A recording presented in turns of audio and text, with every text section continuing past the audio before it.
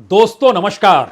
मुस्लिम आया, दलित आया, ओबीसी आया, मिडिल क्लास आया, किसान आया, मजदूर आया, महिलाएं आई, युवा तबका भी साथ आकर खड़ा हो गया। वोकलिंगा और लिंगायत में सेंध लग गई, उसका भी एक तबका निकलकर आ गया।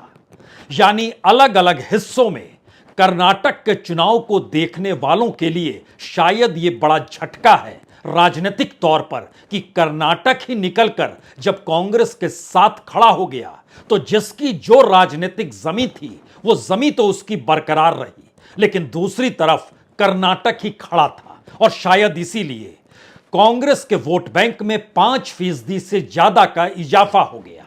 और दूसरी तरफ बीजेपी पुरानी परिस्थिति में खड़ी नजर आई। हालांकि जेडीएस की जमीन कुछ खिसक गई और वह सिमटती हुई दिखाई देने लगी, लेकिन कांग्रेस के भीतर का यह चुनावी परिणाम और जो रिजल्ट कर्नाटक ने दिया वो दरअसल कांग्रेस के लिए नहीं है, वो कर्नाटक के लिए है या इस देश के भीतर में राजनीति साधते हुए खुद को राजनीतिक और चुनावी मशीन में तब्दील करने वाले प्रधानमंत्री के लिए भी है।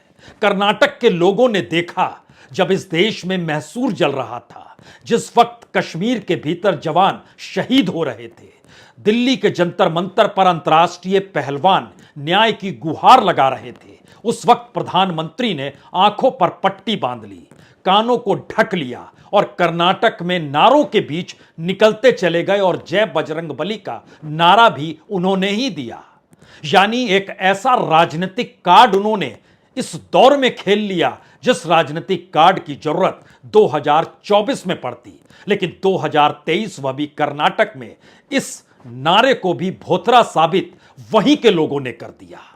तो क्या राजनीतिक तौर पर कर्नाटक ने जो फैसला सुनाया है वो भारत की राजनीति को अब डिगा रहा है?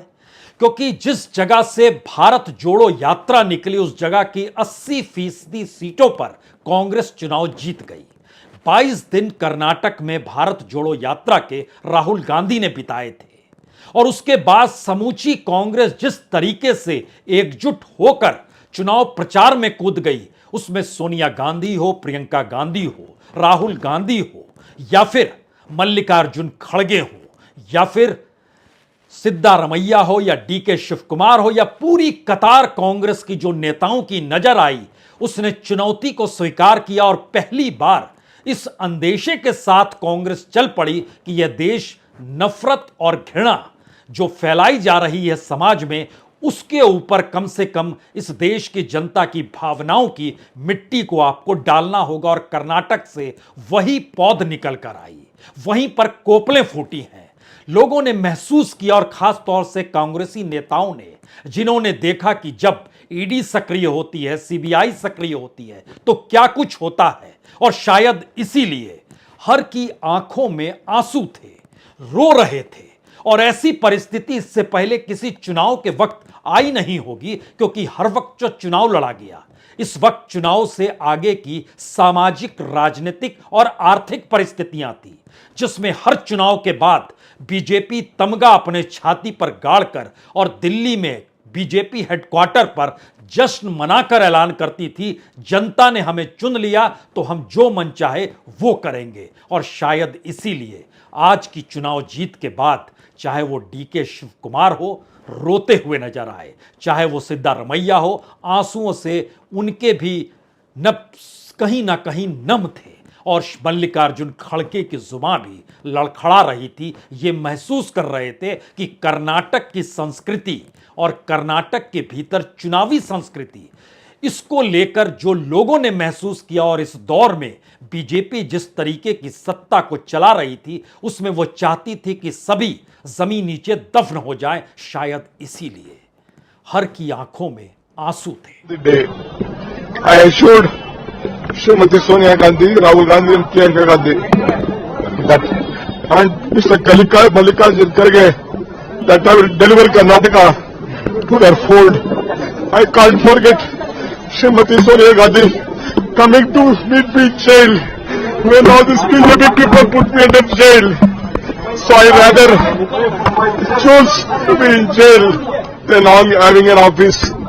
That is the confidence. Observer ಕಳಿಸಿದ ಮೇಲೆ ಮುಂದಿನ ಪ್ರಕ್ರಿಯೆ ನಡೀತದೆ. in Karnataka because they were fed up with BJP government. लड़खड़ाती जुबां और आंखों में आंसू, यह संदेश था कर्नाटक में कांग्रेस की उस जीत का जिसके जरिए ये लगातार राजनीतिक तौर पर चुनावी प्रचार में कूदे तो जरूर थे, लेकिन पता नहीं क्यों सबको आखिरी वक्त तक लगता था कि कहीं कर्नाटक एकजुट नहीं हुआ तो अलग अलग तरीके से बीजेपी या दिल्ली की सत्ता उन्हें बांट देगी और परिस्थितियां उनके खिलाफ चली जाएगी। लेकिन इस बार कर्नाटक एकजुट हुआ। शायद यही वजह है ओल्ड मैसूर के इलाके में कांग्रेस को तकरीबन 20 से ज्यादा सीटें मिल गई। 20 से ज्यादा पुरानी सीटों के मुकाबले लाभ हो गया। मुंबई कर्नाटक के इलाके में 16 सीटों का लाभ हो गया। मध्य कर्नाटक में 9 सीटों का लाभ हो गया। हैदराबाद कर्नाटक में 4 सीटों का लाभ हो गया। और जो कोस्टल का इलाका है वहां भी बीजेपी जो लगातार जीतती थी वहां पर भी 2 सीटों का लाभ कांग्रेस को हो गया। यानी वह तमाम परिस्थितियों को अगर परखिए तो एक झटका शायद कांग्रेस को लगा और शायद एक झटका जगदीश शेट्टार को लगा। जगदीश शेट्टार चुनाव हार गए। उनके खिलाफ बीजेपी उम्मीदवार को उनसे दुगने से ज्यादा वोट मिले। यह संदेश चाहे लंबे वक्त तक आरएसएस और बीजेपी से साथ रहे जगदीश शेट्टार के साथ हो सकता है, लेकिन इस मैसेज ने जो हुबली धारवाड़ सेंट्रल की सीट थी और खासतौर से यह जो मुंबई कर्नाटक का जो पूरा इलाका है वहां पर 50 सीटों में से 33 सीट कांग्रेस ने जीत ली।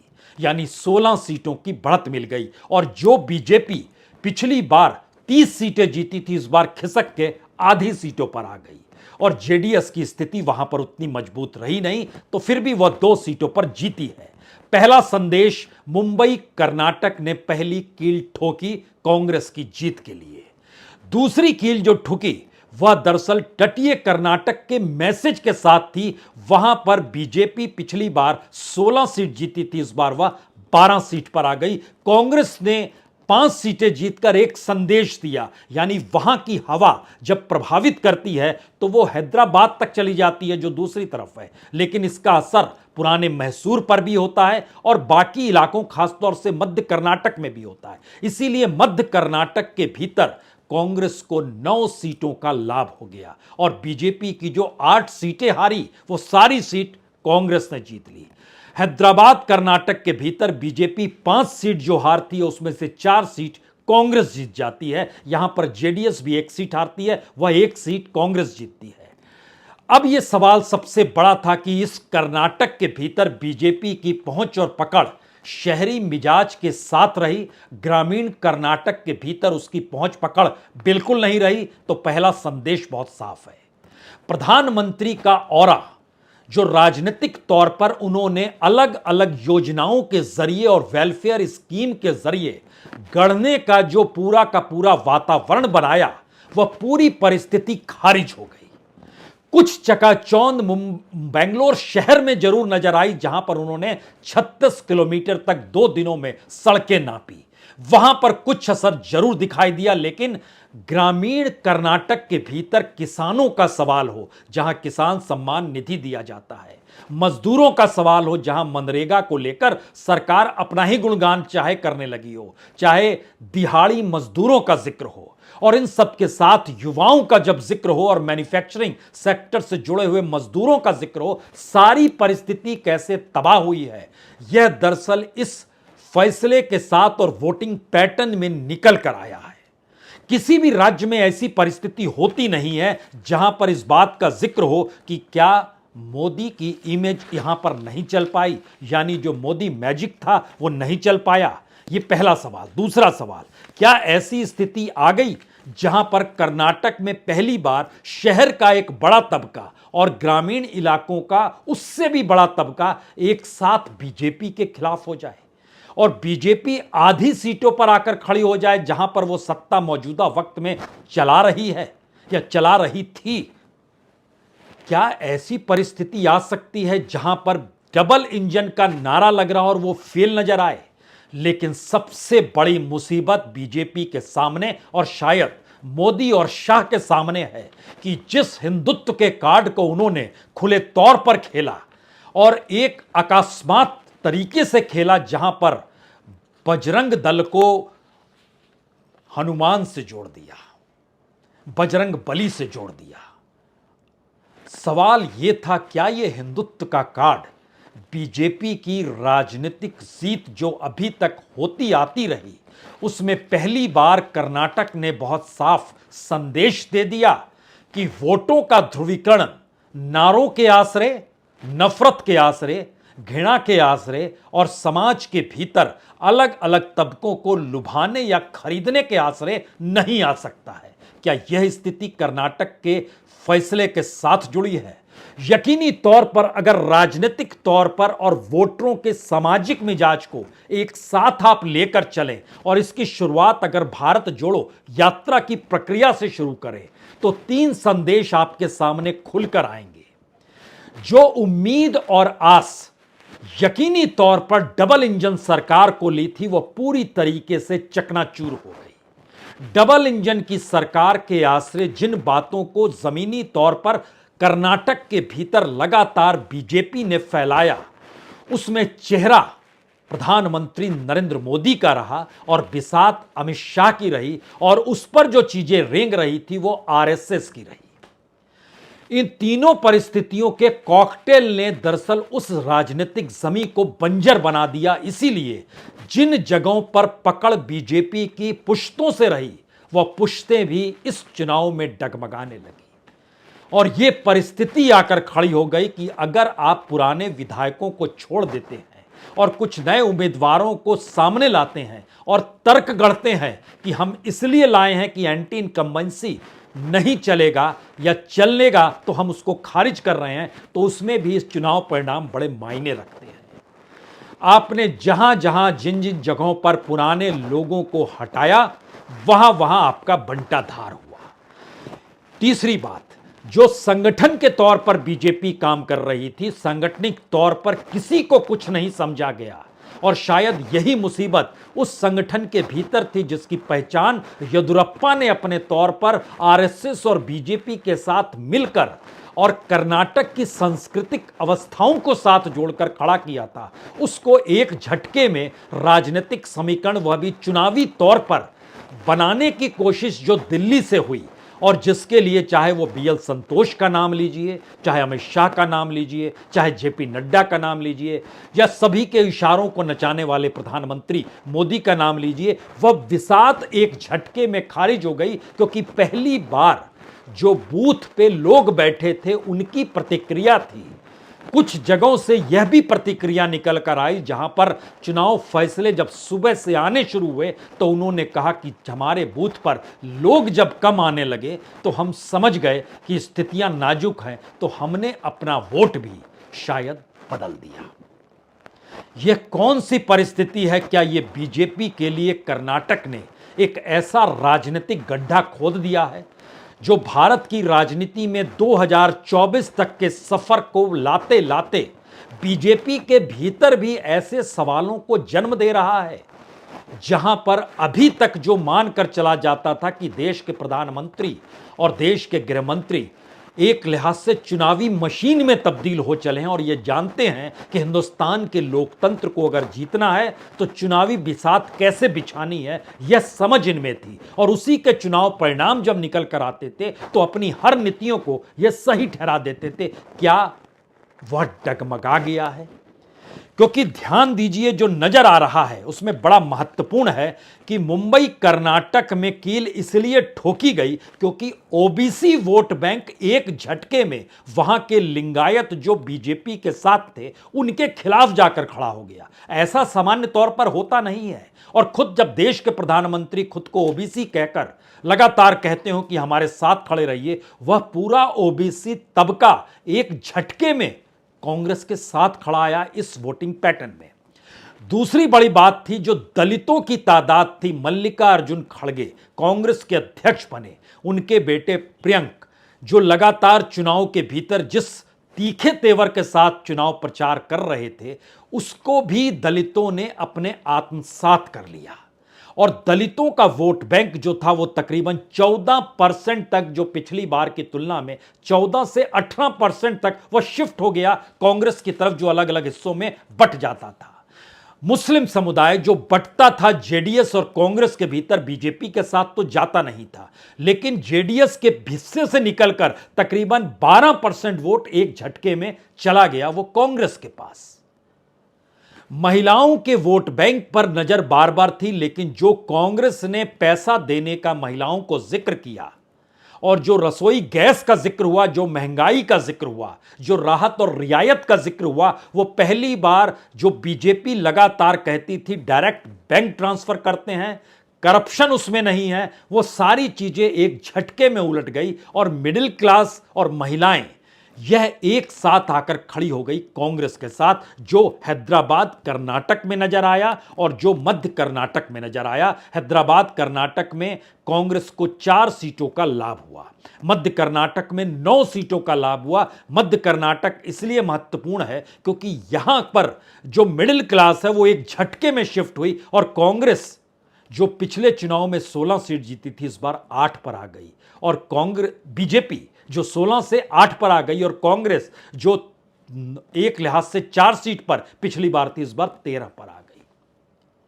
और सबसे महत्वपूर्ण तो पुराने मैसूर का इलाका है, जिसको कहते हैं कि यह गढ़ जेडीएस का, जो उसकी राजनीतिक जमी को बनाता है। लेकिन वहां की 64 सीटों में सेंध ऐसी लगी जहां पर जिसने गवाया उसको कांग्रेस ने पाया। जेडीएस ने 10 सीट गवाई, 10 सीट जेडीएस की कांग्रेस के पास चली गई। बीजेपी ने 12 सीट गंवाई, वो 12 सीट चली गई कांग्रेस के पास।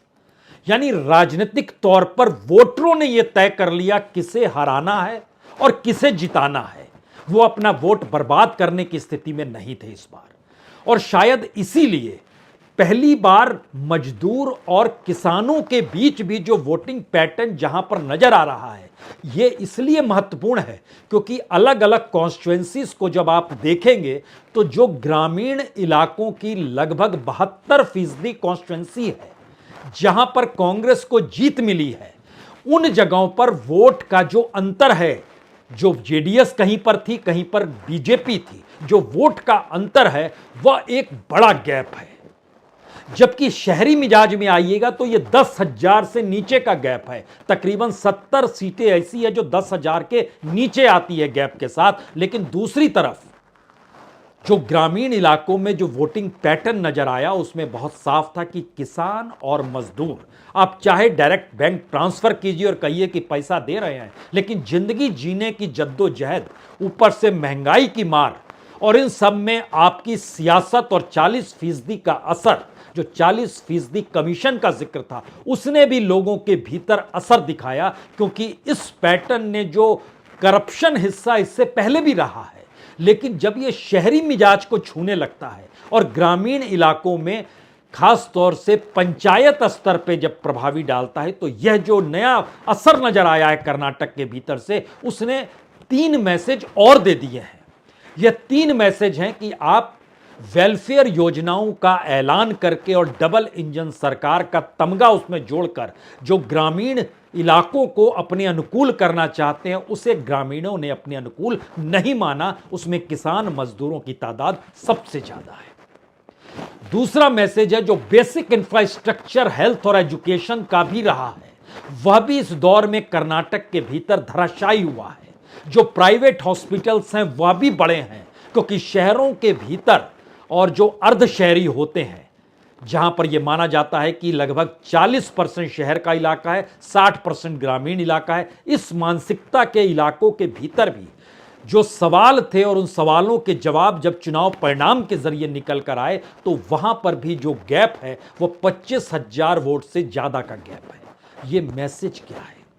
ये मैसेज पहली बार है कि अभी तक जो कर्नाटक को लिंगायत और वोकालिंगा के आधार पर ही तौल रहे थे, जो पीएफआई और बजरंग दल के आश्रय चीजों को परखना चाह रहे थे, जो जान रहे थे कि किसान मजदूरों को वेलफेयर योजना और महिलाओं के लिए योजनाओं का ऐलान, उसमें पहली बार अगर आप होलसेल देखने की परिस्थिति में निकल कर आइएगा तो एक झटके में भारत की बदलती राजनीति या फिर 2014 से जो सियासत चली आ रही थी या 2019 के बाद से इस देश में जो कांग्रेस एक के बाद एक हार रही थी, उसी को कहीं ना कहीं कर्नाटक की जीत ने उस सारे दर्द को इसलिए खत्म कर दिया क्योंकि अब यहां से 3 से 4 महीने के बाद सामने 3 राज्य और खड़े हैं, जो मध्य प्रदेश है, जो राजस्थान है, जो छत्तीसगढ़ है, और एक तेलंगाना का इलाका भी है जो 14 जहां पर चुनाव होने हैं। या तो ये चारों राज्य एक साथ होंगे या तेलंगाना को ले जाया जाएगा जनवरी के महीने में कि जनवरी में वहां चुनाव होगा। लेकिन जो रास्ता यहां से निकला है और जिस रास्ते का असर सटे हुए जो मुंबई कर्नाटक का इलाका है, जहां पर इस बात का जिक्र होता है कि कर्नाटक के भीतर अगर आप हैं तो मराठियों को मुश्किल, जो मराठी यहां पर मुश्किल में है वो आपस में टकराते रहते हैं और कोई ऐसी गवर्नेंस नहीं निकल कर आई जो सहूलियत दे पाए सीमावर्ती जिलों को लेकर।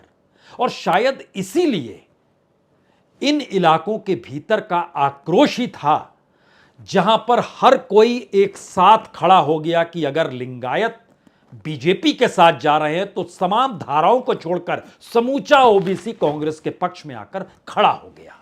राजनीतिक तौर पर इससे पहले के चुनाव में कर्नाटक में ऐसा कभी नहीं हुआ है। अब इन तमाम परिस्थितियों का असर भारत की राजनीति पर क्या पड़ेगा और क्यों यह कहा जा रहा है कि 2024 की दिशा में बढ़ते हुए कदम अब डगमगाते हुए बीजेपी के नजर आएंगे या फिर बीजेपी की अपनी राजनीति से हटकर जिस राजनीति की बिसात मोदी और शाह ने बिछाई उसके लिए यह खतरे की घंटी बज चुकी है, क्योंकि सवाल बीजेपी के भीतर से भी होंगे।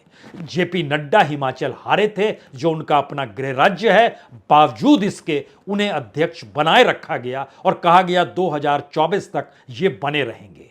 बावजूद इसके कहा गया कि दरअसल कैबिनेट मिनिस्टर क्यों नहीं जाएंगे, बावजूद इसके कहा गया कि प्रधानमंत्री तो हमारे स्टार प्रचारक है, तो जहां जहां वो गए उसमें से 60% जगहों पर उनको हार मिली है। तो क्या ये मोदी मैजिक खत्म होने का ऐलान है? यहां पर शंखनाद हुआ है और ये परिस्थिति 2024 की दिशा में बढ़ते हुए क्या समूचे विपक्ष को अब एकजुट लाकर खड़ा कर देगी? और यह मोदी शाह के लिए इसलिए खतरे की घंटी क्योंकि राजनीतिक तौर पर आप कभी भी जिक्र बीजेपी का नहीं सुनेंगे। बीजेपी का सुनते तो कर्नाटक के भीतर आपको येदियुरप्पा याद आते, जगदीश शेट्टार याद आते, वहां के वो तमाम नेता याद आते जिन्होंने बीजेपी को खड़ा किया, लेकिन एक झटके में उसको तहस नहस करके दिल्ली की सत्ता ने जब अपने अनुकूल बिसात बिछाई तो यह उनके अनुकूल भी नहीं प्रतिकूल हो गई और 2024 की दिशा में बढ़ते हुए कदम अब लड़खड़ाने शुरू हो चले हैं। और शायद यही वो उल्टी गिनती है जो कांग्रेस के भीतर अब तेवर बढ़ेगी और शायद उस रुआसेपन को दूर करेगी जो डबडबाते हुए आंसुओं के दृश्य आपने देखे। इसके बाद आंसू अगर अग्नि में तब्दील हो जाएं और संघर्ष के पथ पर चल निकलें तो 2024 का रास्ता अब मोदी शाह के लिए मुश्किल हो चला है। बहुत बहुत शुक्रिया, बहुत बहुत शुक्रिया।